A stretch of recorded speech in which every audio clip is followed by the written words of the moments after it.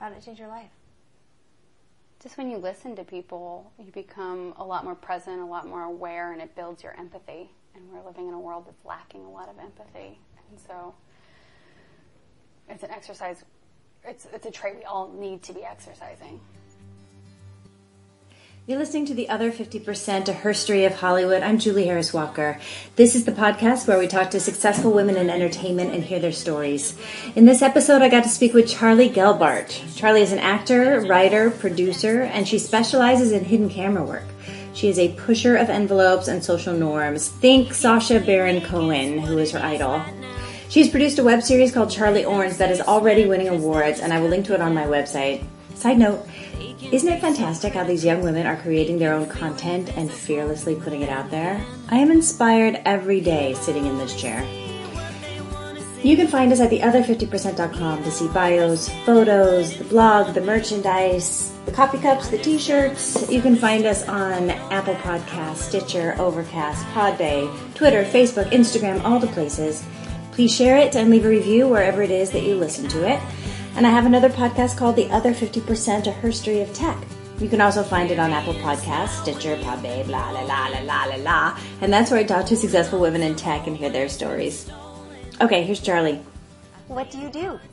I am an actor and a writer. And the thing that is my little niche is I do hidden camera work and man on the street work. And I feel that's where I'm in my element the most. Like that's your thing? Yeah. Does that also make you a producer?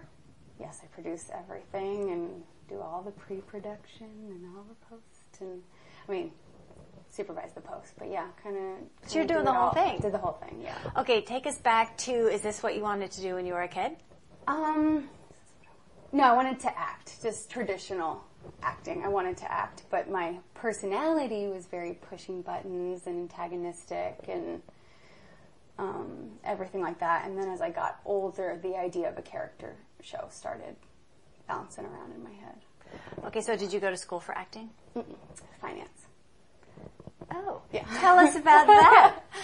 It was just kind of a given. You went to school, and it was also I viewed it. I'm not a huge proponent of, getting a bachelor's degree the way that it's set up now. In general? It's not really based on critical thinking the way that they teach most of the schools. There's a lot of multiple choice tests, and I feel like it's a waste of time. If the schools are set up differently, maybe I wouldn't feel that way. It wouldn't be so much of a waste of time, but I do. So I viewed it as more of a job. If I go to school, I get some money for rent. Yeah. And so I did, and I picked finance. I was really good at math, and I needed something that was super easy while I was pursuing acting, so I could just show up, take some tests, and get out of there. I just didn't want anything to do with it, really. I just wanted to get in and get out, and would drive there to Long Beach from LA and take my classes and get out and go back and do acting. That is kind of funny. Yeah. Because probably the finance majors are like, well, I need an easy class. Let me go take acting. Yeah. I know. Well, that's why acting was always a challenge. I felt it was just always, how do you stay in the present moment when all this stuff's going on around you? I thought it was difficult, where I didn't feel math and stuff was very difficult. That's so funny. So, yeah. So did you ever pursue a finance career? No. No. You do. You're going to be an actor. Yeah. Okay. So tell us about that path. Obviously, like most people say, it started young. I was obsessed with the film camera, with the VHSs and the cameras. I hate having my picture taken, but video, I was just enthralled with. So anything we could shoot music videos or songs we created, or even I put together like an Alice in Wonderland, and I was doing the costumes, and I was acting in it, and I was bossing everyone around, and and doing our little mini versions of editing with the camera back in the day. What kind of camera were you using? So I'm trying to remember. I have not a clue. Was it like a VHS video camera? It's a little smaller than that. It wasn't the one that you had the tape. You had the little tapes. The little tapes. Oh yeah. What are those called? I want to say Super 8 maybe, except those, not the film kind. Not the film kind. Yeah. Digital kind. Okay, whoever remembers, you can correct us. Yeah, I really want to know. I have 1 million at my house. Oh my gosh, I just loved it. I loved it. And so that's how, it really started. I felt at a young age I wanted to be an actor. I've always known that. So you started creating your own material. Mm-hmm. Were you also going out on auditions around town? No. I'd beg my mom. I'd beg, please, Mom, please take me. Nope. If you want to do it when you're 18, you go for it. This is me with my kids. Really? Yes. Oh, they beg? No, not anymore. I shut that down really early. I was like, but it's funny because my mom did the same thing to me, and I thought it was so unfair and awful, and now I'm doing it to my kids. You just want to protect them. Yeah, I think I know too much to stick a kid in there. No offense to anyone who's putting their kids out there, because we need kid actors, of course, but it's a whole different conversation. Okay, so once you were grown up, wait, did you grow up in LA? Orange County. Okay, so you were close. So I was close. So I just beg and beg. And so she said, when you're 18, you can go pursue it. And so when you're done with high school. So I was like, okay, let's finish high school early then. Let's get this done. So I finished high school when I was 16, going on 17. So that you could go be an actor? Yeah, I was like, let's go. Come on. We're just already ready. I think within the second day of high school, I was like, let's get this going. Let's get this going. I got things to do. Oh, back then I was very tenacious. I wish I could take a little. I'm still tenacious, but back then I was just nuts. You're like, I got to get on with my life. This high school is slowing me down. Yeah. Let's go. So I started taking college classes when I was 15, and then that count is double the amount of credit. So by the time I was a junior, I had enough credits to graduate and everything. And then it wasn't a program, so you have to go into the principal's office and give a whole presentation about why this should happen and convince him, because it wasn't a path that anyone had really taken. Yeah, no one's trying to graduate at 15 from high school. Yeah, and it's not a GED, right? I had enough credits, technically. Because most people in that situation are just taking AP classes, and I thought that was a waste. I just said, I went double the actual college credit. Yeah. So they let you graduate? Yeah. So I graduated, and then I never did acting in high school. I started doing acting when I was... Well, who had time? You were taking all these classes. Maybe. I was always in summer school. I loved summer school. Oh my gosh, yeah. And then I started, in the community colleges, and I went to Sonoma State for 1 year. I did acting there. And I was always the odd one out, because I was always part of the business department, and so I was the only one that was never part of the department. I would just audition, and fortunately, even those small parts get in somehow, and they all knew each other, and I was always the kind of the black sheep of the... Well, the rivalry between the business school and the acting school, that runs deep. That runs deep, I know. Okay, so were you working as an actor before you created this series? Ish. I'd been in some things. I was in Semi-Pro with Will Ferrell when I was younger, and then I had a little one in Step Brothers. They cut that out. I hate it when that happens. It was so sad. This is my big movie debut, people. Mm-hmm. And from what I heard, it made it every single round until the very last one. Oh, I know. So close yet so far. And sketch comedy, that became a big part of my life. Sketch comedy, just little things here and there. Which school of sketch comedy? I'm a graduate of Iowa West, graduate of Second City. Oh, all of them. All of them, basically, and then I've taken classes at other various schools, but those are my main ones. And then I did a lot of improv for a long time. 1 year, it was almost 200 shows. So I kind of was immersed in that. I was doing comedy 6 days a week, and I was immersed in that. But even before that, when I was a kid, I would drive up to Groundlings and act like I was an adult, and I would take Groundlings classes. I don't know if they should know that. But yeah. Well, what are they going to do? Yeah. Come take them back? Yeah. So I feel as though I started in comedy and then kind of deviated from it. Felt when I was younger, a lot of the stuff that I auditioned for was drama, and then found my way back to comedy. Mm-hmm. A lot of friends were kind of pushing me in that direction because I wasn't doing it that much, and then went into the schools and graduated and performed in improv shows. You're really good at getting people to talk. Let's see if I can get you to cry. I'm going to say just from that background that you're fearless. Speaking of someone who thinks improv is the scariest thing in the whole wide world. Really? Yeah. And you were out there doing it. Yeah. Actually, when I started, I was really scared. I couldn't even mime a glass. I was terrified when I was younger. When I was younger and I would drive up, I wanted to be a part of it, but I was so scared. They couldn't even get me to mime a glass. It took some time to break that down. Yeah. And then once you're doing it, I was so scared to perform that it wasn't until I got into my house team and I was forced to perform that the nerves started to dissipate a little bit. What got you over the hump? What broke through that? Doing it regularly. Just doing it. Just doing it. It's like a muscle, right? Oh yeah, sometimes instead of walking on stage, I'd walk out the door.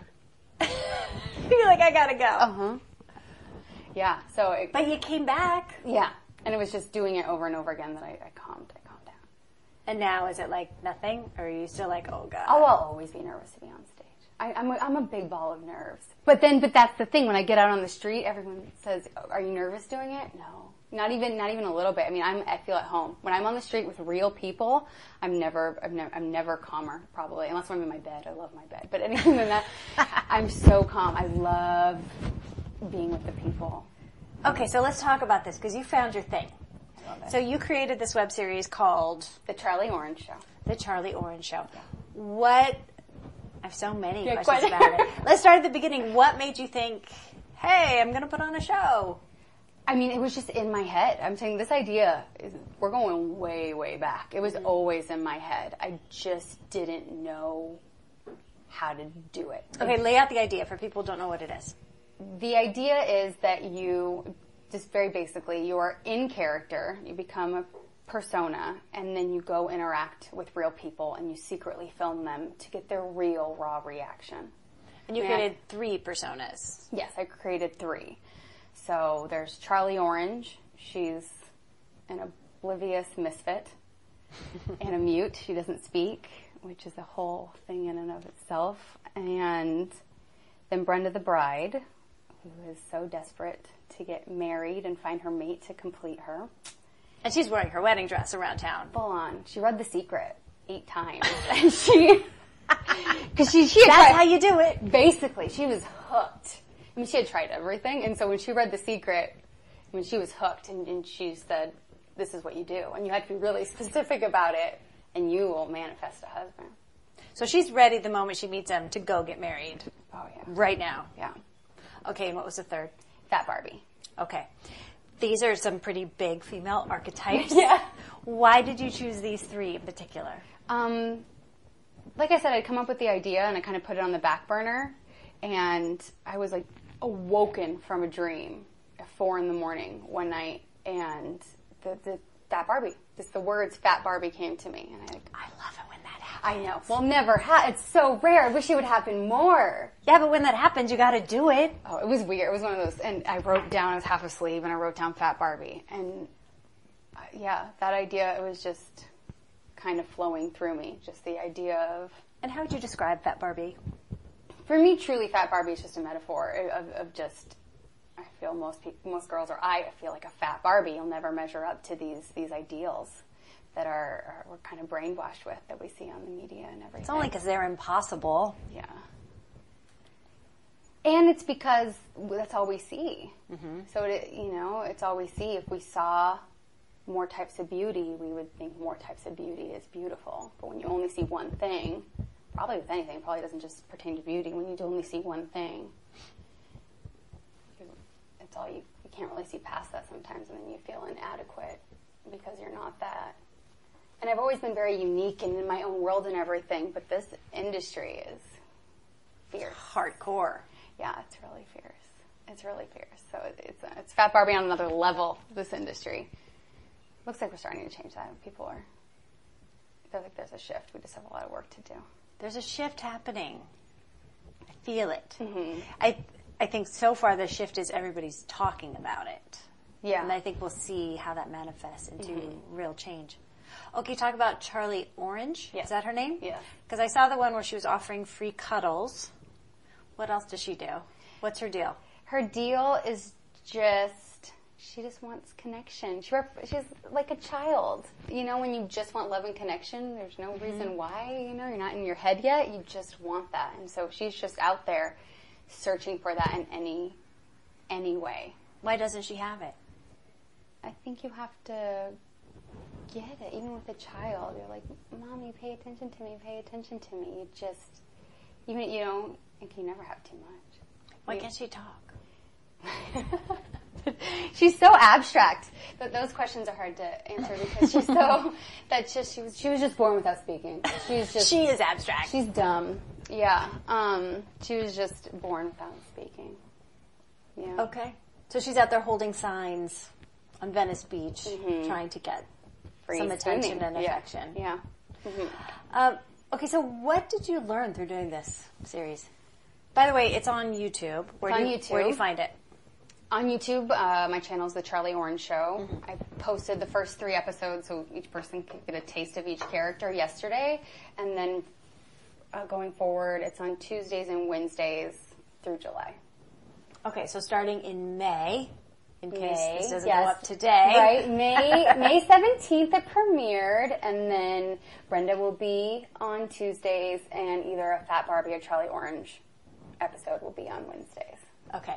Now tell us, what did you learn doing this series? Oh my gosh. Well, Charlie Orange started off very just simple bits, just that more that a need for pushing boundaries and need for attention and everything like a child would. And then as I was doing these bits and I would go up and hug people, that's when I would become surprised. I think I thought everyone would kind of push me off for a sec or hug me for a little bit and then go on their way. And yeah, I'm surprised people stopped and interacted with you. Mm-hmm. And sometimes those interactions were rough or violent. They kind of pushed me off. And then sometimes they lasted for 28 minutes.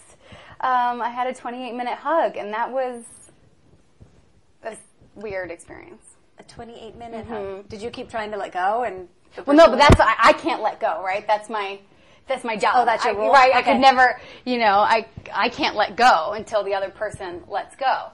And so, who was this person? I don't know, some man walking by, and I hugged him as I hugged everyone else, and he didn't let go, so I didn't let go, and it went on and on and on. And first, it's the bit, and then you think, oh, this is great, the cameras are catching this is camera worthy, And then it turns into almost like a spiritual experience. I think I got like a little teary-eyed because I don't even think I've hugged a lover for that long, You must go through like every stage of whatever, standing there hugging the guy. Did you talk about it afterward? No. You just walk away? Yeah, he just walked away, and then, I can't talk. Charlie Orange isn't talking. I try not to break character. So even after it's over, you're not like, cut, okay, dude, like, what? No, because I'm surrounded by everyone, where I am, in that case, Venice. I'm surrounded by everyone, and so I can't really break character. So you just did the whole experience, and then he just walked away afterwards? He just walked away, and then, I'm trying to remember, my production manager went up to get his release. I was going to say, did you get a release on the guy? I'm trying to remember if he had said anything to him. Nothing in particular. I mean, maybe they had a conversation, but nothing that I recall. I know. That's a trip. It was. And one of the camera guys at the end, he said, I was like, oh my gosh, you guys get that? Like, that was my mind was just blown. And he said, oh, I had to go to the bathroom. And I said, what do you mean you had to go to the bathroom? He said, yeah, I didn't think anything was going on. You guys were just hugging. Did you leave the camera on? No. I had multiple camera people. That's how I have it. But yeah, he decided to go to the bathroom. I wasn't even mad. I just started busting out laughing because it was so funny. Dude, you have one job. Because he thought nothing was going on. I was like, how often do you see almost a half-hour hug? It's more over. There's a lot going on in there. I know. He's like, I didn't think anything was going on, so I went to the bathroom. I said, okay, thanks. It was hilarious. Wow. Did he come to work the next day? No, I told him to get the fuck off my bed. No, just kidding. I mean, come on, man. No. Well, you get what you pay for. Like nothing? Were you paying nothing? Not nothing. Not nothing. That's what's so interesting about this. Not tons of money, but not nothing. And no matter what, there's just going to be a zillion challenges. Yes, like what? Oh, it was like every 15 minutes a challenge. I mean, there were so many, I wouldn't even know where to begin because, that's producing. But the hard part is I was also acting. And were you producing on the same days that you were acting? Yeah. Like you were producing yourself as you're standing there in the wedding dress? And that was, as an actor, I was unfortunate because I feel like I didn't always get to, I relied on my improv a lot. Yeah, how do you split your attention and really be in the moment if you're also watching the set? Yeah. You just have to believe that you're well trained and that when the moment comes, you're going to be in the moment. And that when you are with people, that's what I love about this work too. It does bring you in the present moment. You have to be very, very present and a good listener. But going forward, if I were to continue doing this work, having a producer that I trust, yeah, to get the shots. Because I was sometimes more worried about that, just sitting there going, okay, why is this person standing there, like, you know, and then moving them. And so you're directing too? Yeah, I mean, moving them, everything. And yeah, and I hope I have more help. Did you raise money for it, or did you finance it yourself? It came from a very unexpected lawsuit, actually. It was a lawsuit out of the blue. I didn't know. Oh? Yeah. It was, I read The Secret, and then I manifested the money. No, it was a lawsuit out of the blue. I didn't even know I was part of the lawsuit. It was just, not to get into it too much, but it was... But get into it a little. Well, I worked for a job, and there was a class action lawsuit, and I didn't even know I was a part of it. And then, you know, I wanted to do the show, and I was sitting sulking, thinking I don't have money. And then a month later, I had the money to do the show. So it just worked out. When things are meant to be, they're meant to be. I'll say it worked out. Yeah. What kind of class action lawsuit? They weren't something with hours. We were working overtime and not getting the money. So, and then probably interest on that because there was time that went by, and so penalty and that all can add up. And it worked out, and so I was like, oh. God, that's great. Mm-hmm. And then because I was literally sitting there and realizing I have everything ready to go for the show, more than I had realized, you know, and the only thing that was stopping me was money. And so that worked out. And then this windfall out of the blue. You are working The Secret. Yeah, right? I should do it more if it works that well. Yeah, and also any money that I get, I put towards my projects. Mm-hmm. Even as a finance major, you know, So you're not paying your rent or buying your groceries? Maybe that. Maybe less of the groceries. But definitely try to pay my rent on time. But I don't spend it on frivolous things. I hate when people say I don't have money, and then you go, what about that purse you got right there? Yeah. What about that? You know what I mean? That latte. Yeah. Every day. Exactly. And there's not a problem with that. If that's what you want, that's what you want. But don't sit and complain, because you can make it happen. Yeah. Even if it's on a small scale. You know, you can make something happen. And so all my money goes to my projects. Because you know you just do it. Mm-hmm. Now, are you entering festivals and competitions and all that? A little bit. I know nothing about festivals.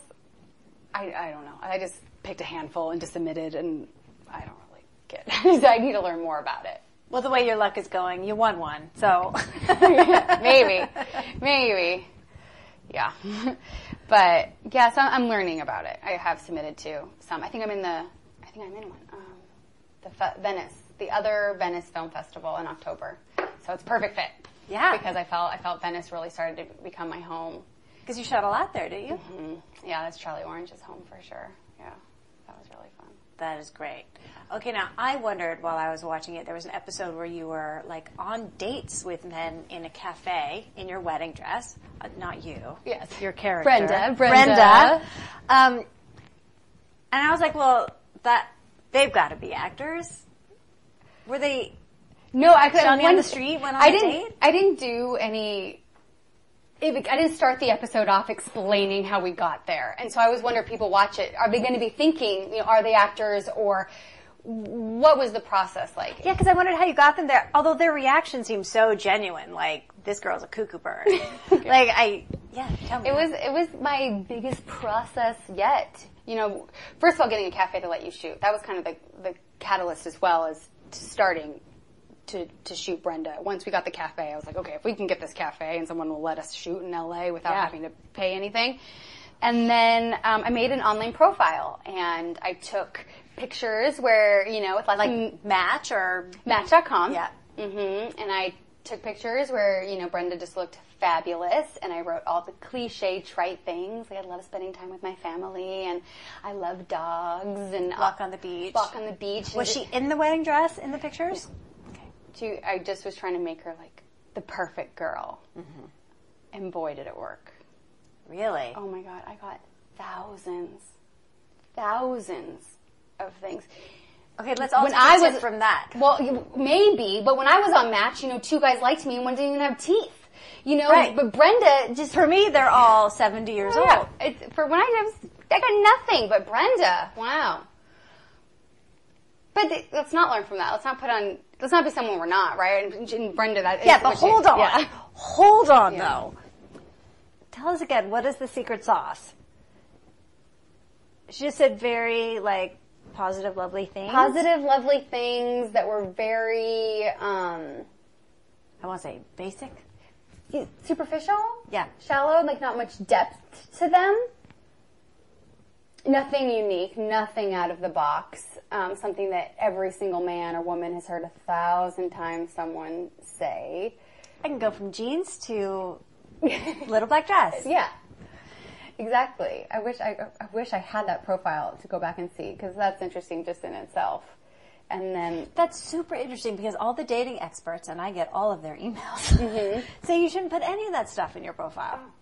Exactly, and that's what I would tell myself or anyone. Don't do that. But no, I mean, so it was just ridiculous. So thousands of responses. Yeah. Okay, so there's a whole nother job. Yeah. Oh yeah, it was. It was a full, well then this is where, how crazy am I? So then I went through all the responses and started talking to men. So maybe, that's 2.5 weeks before the shoot, 3 weeks before. And you're talking to them as Brenda. As Brenda on a burner phone. So, okay, so you're setting them up. And then from there, about 2 weeks before, I had picked my, maybe 7, 8 men that I had been talking to. And then we spent 2 weeks corresponding with each other. Just text. I don't think I talked to anyone on the phone. And then... Did you ask them, meet me for coffee, and oh, by the way, I'm going to film it? No. Okay. No. So I'm obsessed with real reactions. I would never, all my work is very legit. I'm not for my sake. Like, I'm a very selfish comedian. I want to see their reactions. And that's all I've said the whole shoot. Get the camera off me, put the camera on them. Get the camera off me, put the camera on them. Okay, so you got them to the cafe. Yeah, so you're sitting there in the wedding dress. Brenda is sitting there in the wedding dress. And I had to, and getting them to schedule everyone, because you don't know if something's going to go wrong, and you also don't know much time to leave, but you're trying to get as many men in as possible, and you don't want them to cross paths with each other. And so same day, rolling dates. Yeah, hour after 2-day shoot. Every couple hours they would come in. And so then Could they see the camera? No. So I had a 6-camera setup with, with 5Ds and 7Ds and GoPros and a little handy cam. And oh my God, you are MTV out there by yourself. And me and my production manager, we did all this. We took books and we cut out holes and put the cameras in. We had them in backpacks, and it was a really baptism by fire situation where we're just trying to figure out how to do it without really, any guidance. And so we have the thing set up, and then, I don't want them to walk by and see a girl in a wedding dress and they leave. My goal is to get them in that seat, because then it's much harder to leave. So I would be like hanging out in the bathroom, have them show up. I don't know how someone would tell me that they were there, but have them show up. Maybe they were texting me like, I've arrived, I'm here, and then come out, and then they would see me. And I always thought that was going to be the big moment. Yeah. Them seeing me in the wedding dress. It wasn't, actually. It wasn't. They were kind of taken aback, but then they were thinking maybe she just has a good sense of humor. Like, this is a joke. Maybe obviously. This is a joke, And so I'd get them seated, and my goal, I acted normal enough to get them seated, and then I pull out a clipboard. And I pull out the clipboard, and that's when I change my eyes, and I become Brenda. And that every time I did that, you could see the fear in there. Okay, so what changed about your eyes? I just become her. I get out the clipboard, and I'm just really focused. Like serious, focused. We're going through my checklist to see if I'm going to marry you today. And every time that's when they're already seated and can't get out of it. And at that point, they're thinking, I'm going to have a good story at the end of this. Maybe. Or they're thinking, how do I get out of this? Or is this real? And it's continuing, and it's only getting... on television? You would think more people would be thinking that. Yeah, were they not? One was. He's not in the show. We just decided not to put him in for no particular reason. It just wasn't very dynamic. But for the most, not really. Okay, so you'd go through the date until... they all get up and leave at some point. Until they all get up and leave. Yeah, I mean, I have a problem with pushing things way, way too far. Don't date me. Because I don't know when to stop, and that's part of my humor for myself is I'm going to push it. And I don't feel that need to be like, what are they thinking? Should I tell them? I'm like, I'm going to push this as far as I can. Yeah. And so I would probably Let's see if I can actually get someone to marry me. Maybe. Today. Yeah. Yeah. And I just love living in that dynamic where in that moment it's real, you know? They think it's real and it's real and everything. I love that.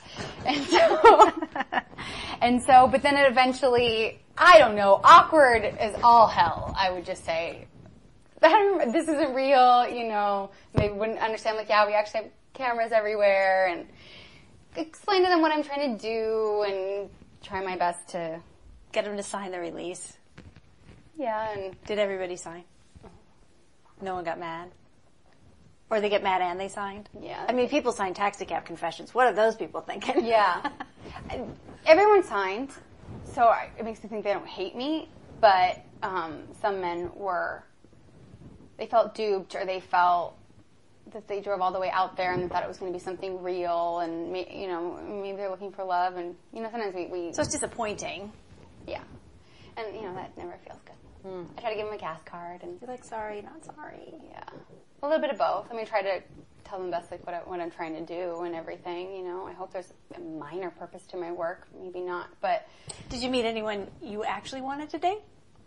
There's one guy, Name him. Let's call him. Yeah, let's call him. Let's get him on the line. Well, one guy I had the least amount of contact with. Very, very minimal. And I wasn't attracted to his picture. It was just one of the guys. And so when he walked in, my sound guy says that my heart started to race.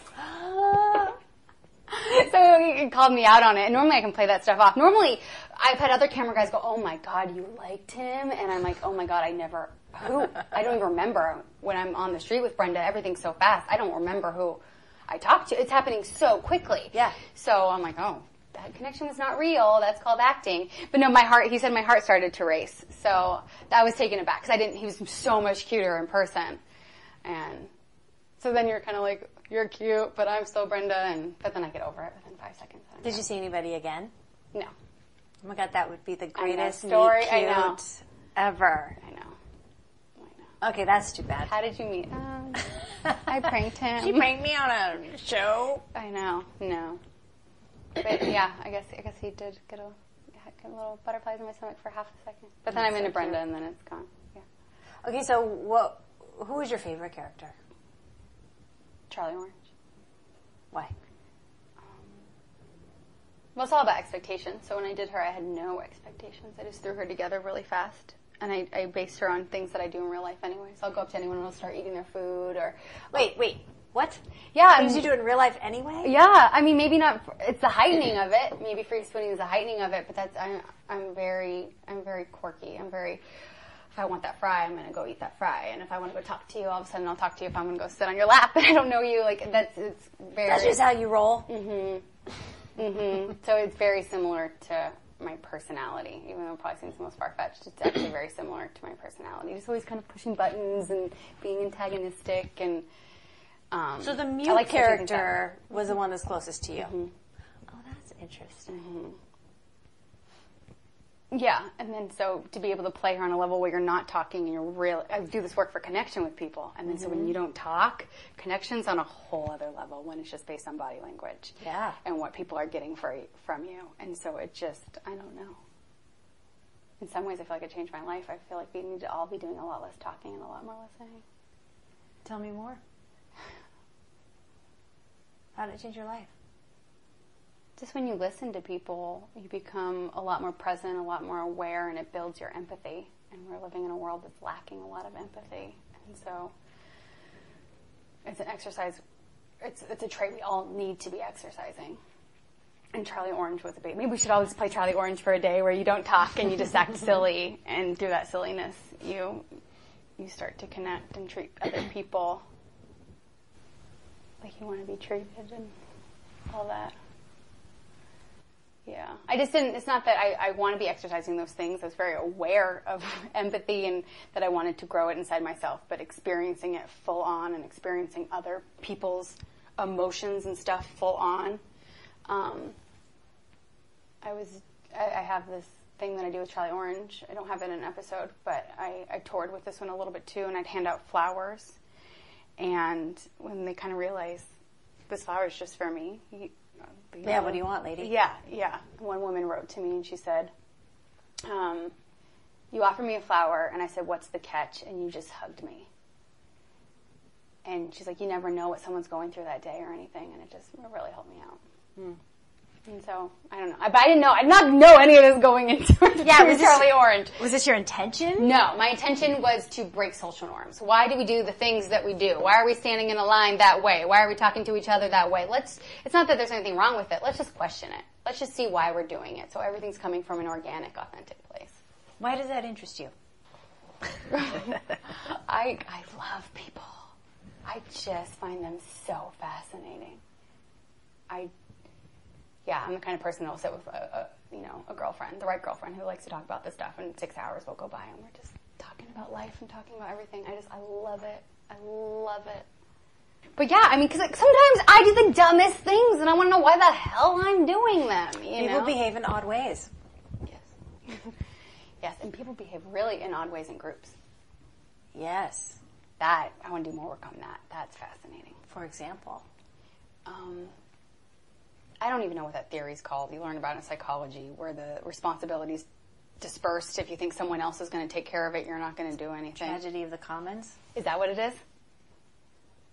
No, this used to come up in work all the time. If you send an email to 20 people and say, would someone please, then nobody does. Yeah.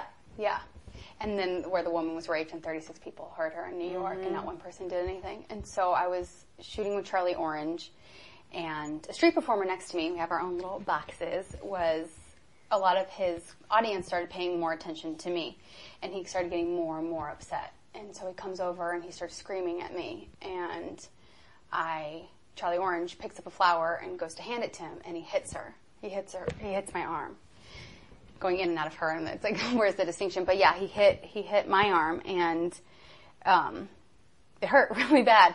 And I was just taken aback. But what really surprised me was all the 60 people that were watching just started looking at their phone, put their head down, started looking at their phone, and didn't want to be involved. Didn't want to be involved or say anything or do anything, or even connect with me and look at me. They couldn't even look at me. Like, are you okay? Mm-hmm. But one person, a really sexy man, came up to Charlie Orange and hugged her and said, sometimes there's just shitty people and there's nothing you can do about it. And that was sweet. I don't have that on camera because we started to see there were problems, so my sound guy was off trying to look for another location. Mm-hmm. But it's things like that.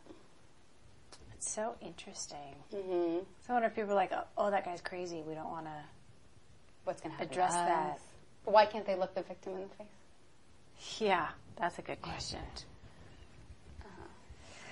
They're all looking before, and then no one could look at me. Yeah, that's worrisome, actually. Mm-hmm. Mm-hmm. But maybe it goes back to empathy. It all goes back to empathy. Yeah. What are your hopes for this series? The biggest thing, even though I'm a dreamer, I'm a very practical and pessimistic dreamer. The biggest thing was I wanted to create something that had my essence in it. Mm-hmm. If you're going to fail, you got to fail at doing something that's you. Yeah.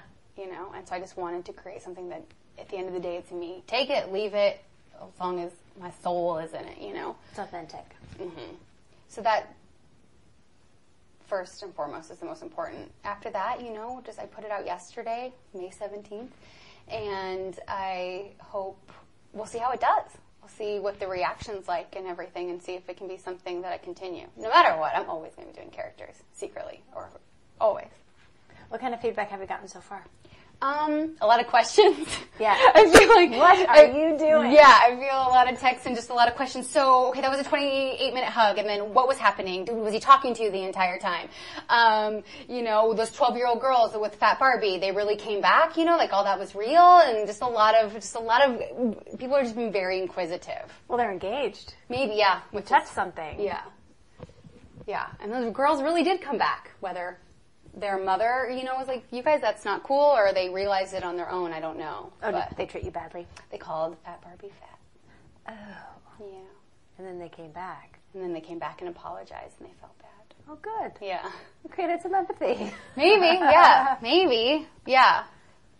What's next for you? We'll see how the show does. Of course, I would love to do a second season. That would be amazing. And then just auditioning, because I varied my weight in between the characters as well. Because I was like, why do all the dramatic artists get to have all the fun? Let's talk about that. Yeah. Well, just basically that. So, all right. But dramatic actors are known for, being able to change their appearance, and not just mentally, but physically doing it. And comedic actors don't really do that as much. You're kind of pegged as one thing. And so I wanted to start to change that for my work because I get bored very, very easily. And I want to be able to challenge myself in other ways. And doing that with my body, I think, is super fun. So how much time was between the characters in order for you to do that? How much weight are we talking? Like 25, 30 pounds. Oh, yeah, that's significant. Yeah. I mean, I could put it on in a minute. Yeah, That's no mystery. You can't. Yeah. Yeah. Maybe 6 months in between them. Yeah. That's commitment. Yeah. When I get committed to something, I don't get committed to a lot of things, I'm kind of whatever, but when I do, I am laser focused. When you do a thing, you're going to do it. Oh, yeah. I'm very extreme in that sense. Yeah. I'm very, very focused. And I want to be. But then when I'm not, it's kind of with my anger or something. Most things don't get me angry. I don't really. Like a Libra like that, I don't really care. But then when I am, I'm fire. So, yeah, it has to be in my soul. It has to be, I'm very passionate. Yeah. And once I strike in that passion, whew, nothing can really stop me. Do you have a particular perspective on the state of women in this business or in the world at the moment? I talked about earlier when I was a kid, I was just straight out of the gate. I just wanted it so bad. So when things weren't happening in my career as fast as I would like, I beat myself up for it. And one thing I think about a lot is that when I was younger, it never crossed my mind that I could be a director or producer. It wasn't even like it came up and I thought, I can't do that. I'm a woman. It never crossed my mind. And didn't occur to you at all? Nope. I saw my male friends doing it, and it was so ingrained in me that pretty girls become actresses and men get to run the show. That and that's dangerous. Yeah. Because if we can't see it, it's going to be much harder to become it. You can't be it. Yeah. It's not impossible, but it's a lot harder. And so it took me the long way around to creating my own work and realizing that I can do it. Well, also because the work's it's different. It's not narrative, so it's not everyone can do it. So it got to the point that was like, no one's going to be doing this for you, Charlie. Mm-hmm. You kind of have to step up and trust your instincts here or it's not going to happen at all. And so I wish I had seen it and maybe would have got there a little bit faster. Well, okay, maybe the next person now. Yeah. You've shown them how to do it. Yeah, I'll start breaking down some of those barriers. Are you a success? I'm proud of myself for the work I did. I'm proud that it got to a certain point where I'm just rolled up my sleeves and just jumped in and did it. But I'm very hard on myself, and I feel I'm so far from it. I have so much I want to achieve. Like what? I want to be a star in a major film. I want to continue creating my own work on a larger scale. I want to delve more into these issues, hopefully, down the line. I don't think I'll ever be able to separate myself from that. And continue writing, yeah. Are you a badass? Most days I feel like a fat ass. But that's neither here nor there. That's the first time I've gotten that answer. Oh, really? That's good. When I'm on the street and I'm in my element, I feel fearless and I feel like a badass. Because you are fearless. Yeah. But I'm such a little baby. I'm so cautious. I did a travel show before I did this one, and I produced that down in Argentina, and I've traveled around various parts of the world by myself. And when I came back, people were like, how did you do that? And I thought, if a little chicken can do it, anyone can do it. And that's what made me do that show. Okay, talk about that for a minute, because you do not present as a little chicken. You present as this badass girl who gets stuff done. Yeah. I'm just very cautious. I'm just very, I don't know, let's assess the risks there. And, and I just... So you do your pro-con list before you start, but once you start, you're all in. Well, that's why I love doing on the street work, because once I'm on the street with the people, I calm down. I relax, and I'm very connected, and I'm very present, and I'm fearless. I mean, I will literally on the street, I will do anything. And it does not matter to me. My whole job is just to heighten what I'm doing. Mm-hmm. And I don't think twice about it. I never get embarrassed on the street. it's like going home. It's my element. And so, yeah, I'm a badass when I do that. Do you have a mentor? God, I wish. You have to talk out loud. I said, God, I wish. That's a really good question because I know. If you could have anyone you want be your mentor, who would it be? Sacha Baron Cohen. Well, that was... You want to think about it for a minute?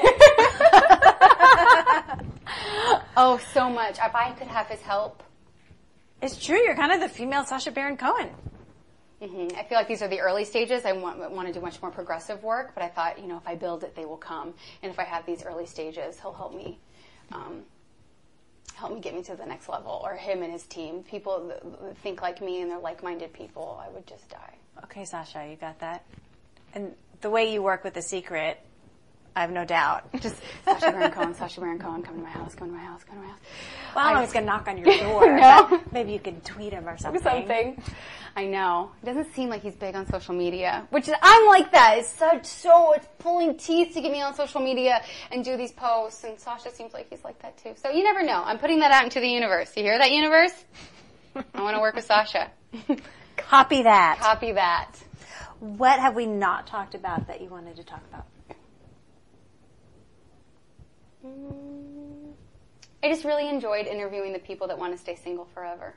Oh, tell me about that. Yeah, I did a couple episodes where I interviewed 3 people who, as determined as Brenda is to get married, they're as determined just to be free and be single forever. And These weren't men you were having dates with, were they? Mm-mm. Okay. These are people that I just found off Craigslist, and they came in, and Charlie, me, I find them fascinating, and I want to sit and talk to them about them, but I'm playing Brenda, and so it was just fun. It was fun to play Brenda and then have their reactions and then their responses and then their thoughts and opinions, but then also so fun for me because I get to hear them just talk about... If I was in a room, I'd probably end up being their friend than I would Brenda's friend, yeah. And so it was just super But fun. to be doing it from the perspective of someone who so desperately wants to get married, like, what were some of their reasons for being determined to stay single? They each kind of, which was so great, I didn't even do this on purpose, but they each kind of had different reasons for it. The man just seemed like he didn't really want to be tied down. At the end, I'll have him draw a picture, and he draws a picture of him on a road in a car by himself, and he just wants to be on that road, no one bugging him, the sun's shining, the breeze is in his hair, and he's just, not bogged down by anything. That's just heaven. It's just heaven to him, and I love that photo. Another girl draws a picture of her climbing a mountain, Maybe it's empowering. Maybe for her it's empowering to be single and on her own, and I don't need anybody. And then another girl, I related to her the most. I don't know that she wants to be single forever, My opinion was that maybe she'd be open to it down the line, but it was just I'm independent, and it's not something that's really on my mind right now. It's not on the forefront, and I have other things to be working on. It was cool. I liked that a lot. That's great. And I interview a real matchmaker, and that was pretty tight, too. Who'd you interview?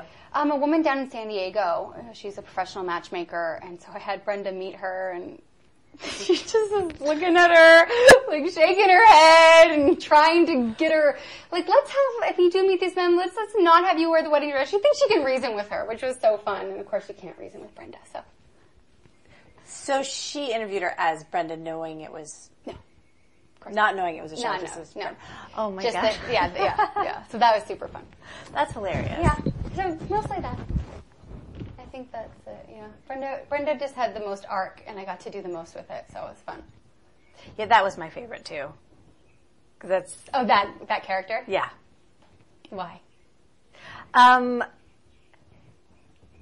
Just because it was such an exaggeration of. I have this theory that because we're so conditioned from age 4, we start planning our wedding. And so the whole thing is, who am I going to marry? Who am I going to marry? Who am I going to marry? Before we give ourselves permission to start our lives. And I think men start their lives and then later think, okay, now I'm ready to take a wife. And I think it's such a disconnect between what men and women are conditioned to do. Mm-hmm. So to see her in that exaggerated state. There's truth in it. We all have been there. There's a lot of truth in it. And it's ridiculous. Mm-hmm. Because, that's not how you're going to do it. You got to trick them. Yeah, exactly. You got to pretend you're not interested. Exactly. Instead of hitting, but it's the exact same energy. Whether, you know what I mean? Whether you're putting it on, like I'm pretend that I'm going to trick them, it's the exact same. I'm so cool and breezy. Oh yeah. That's what people don't get. Like, why isn't this working? Well, you have Brenda underneath you, so that's probably why. Your inner Brenda is showing. Yeah, your inner Brenda. That's so true. Yeah. Thank you. Yeah, no, thank you. You've been listening to The Other 50%, A History of Hollywood. I'm Julie Harris Walker. I'd like to thank Charlie Gelbart for telling us her story. And special thanks to Jonathan Lucas for editing, Jay Rowe, Danny Rosner, Allison McQuaid for the music. Please find us on Apple Podcasts and Stitcher and subscribe and leave a review. And of course, on our website, theother50%.com, all spelled out for added features, pictures, bios, the blog, the merchandise. Follow us on all the social media places. And don't forget to check out The Other 50%, A History of Tech. Thanks for listening. See you next time.